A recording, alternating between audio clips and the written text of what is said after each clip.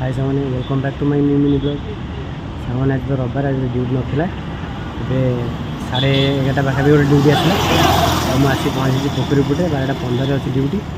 मैं अच्छे पोखरीपुट छकरे यहाँ हूँ हॉकी ट्रेनिंग सेंटर जोटा भुवनेश्वर पोखरीपुट छक अच्छी आ मो ड्यूटी अच्छी एपट को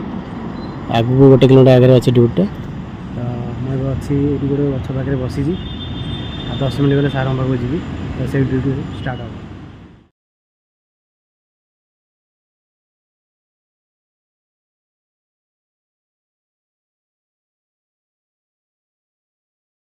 से पहुँच जाइए से आपार्टमेंट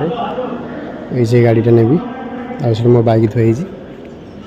तेणु सार फोन करें सार कहले कि 5-10 मिनट बाहर तल अपेक्षा कर ड्यूटी स्टार्ट हो भिडियोटा भल लगी लाइक कमेंट शेयर करेंगे चैनल को सब्सक्राइब करें।